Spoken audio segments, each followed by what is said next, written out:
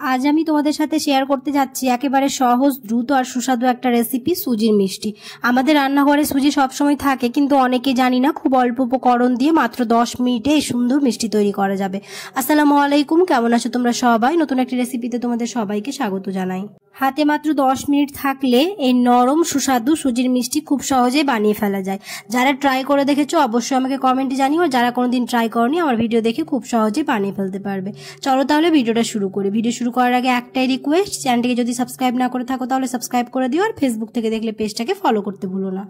সুজির মিষ্টি বানানোর জন্য আমি এখানে কড়াই বসিয়েছি। কড়াইয়ের মধ্যে দিয়ে দিব হচ্ছে 1 চা চামচ ঘি। ঘিটা যখন গরম হয়ে আসবে তখন ওর মধ্যে দিয়ে দিব হচ্ছে 1 বাটি সুজি। সুজিটাকে এবার খুব ভালো করে ঘিয়ের সাথে আমি ভেজে নেব।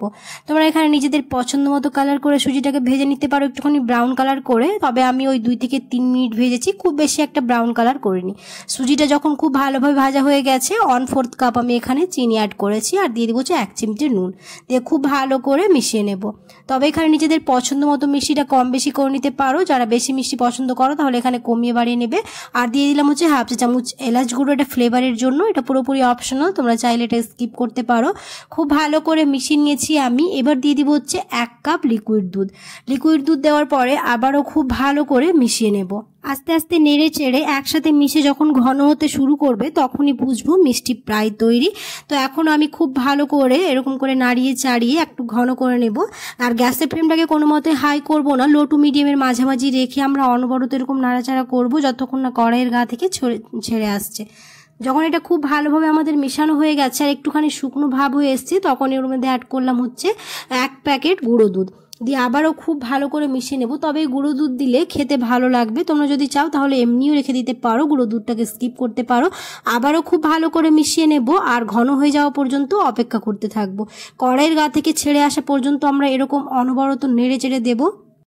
প্রায় 3 থেকে 4 মিনিট নাড়াচাড়া করার পরে সুজিটা আমাদের ঘন হয়ে এসছে, কড়াইয়ের গা থেকে ছেড়ে আসছে। এবার আমি একটা থালাতে সুজিগুলো ঢেলে দেব। ঢেলে দেওয়ার পরে হালকা একটু আমি স্প্যাচুলা দিয়ে ছড়িয়ে ঠান্ডা করে নেব। ঠান্ডা একটুখানি যখন হয়ে যাবে তখন আবারও এর মধ্যে স্বাদটাকে দ্বিগুণ করার জন্য 1 প্যাকেট আরও দুধ দিয়ে দিলাম। দিয়ে খুব ভালো করে মিশিয়ে নিয়ে একটা সফট ডো তৈরি করে নেব, যেভাবে আমরা রুটি বা পরোটার ডো তৈরি করি।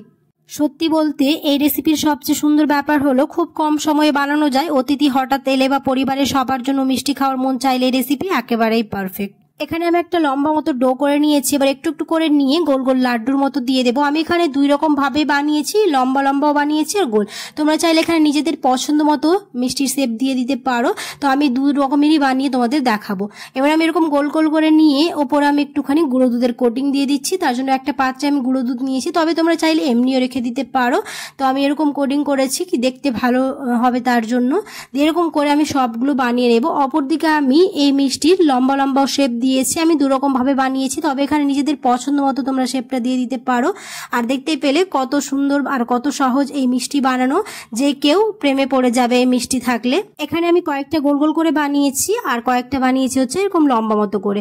লম্বা মতো করে যেটা বানিয়েছি সেখানে আমি গুঁড়ো দুধের কোটিং দিইনি, তো উপরে আমি একটুখানি দেখতে ভালোর জন্য একটা ছাঁকনিতে গুঁড়ো দুধ আমি এরকম করে উপরে ছড়িয়ে দেবো, যাতে এটা দেখতে ভালো লাগে। আশা করছি আমার আজকের রেসিপি বুঝতে তোমাদের কোনো অসুবিধা হয়নি, আর আজকের রেসিপি তোমাদের ভালো লেগেছে। যদি ভালো লেগে থাকে তাহলে অবশ্যই একটা লাইক করে দিও, আর কমেন্টে জানাতে ভুলো না কেমন হয়েছে। অনেকেই আছো ভিডিও দেখে চলে যাচ্ছ, লাইক করো না, অবশ্যই লাইক করে দিও, কারণ তোমাদের একটা লাইক আমাকে অনেক মোটিভেট করে। তো আমার এখানে মিষ্টি একদম রেডি হয়ে গেছে, এবার আমি তোমাদের ভেঙে দেখাচ্ছি। আর দেখতে পাচ্ছ কতটা সফট, মুখে দেওয়ার সাথে সাথেই মিলিয়ে যাবে। দেখা হবে খুব শীঘ্রই পরের নতুন রেসিপিতে। সবাই খুব ভালো থাকবে, সুস্থ থাকবে, সাবধানে থাকবে। আল্লাহ হাফেজ।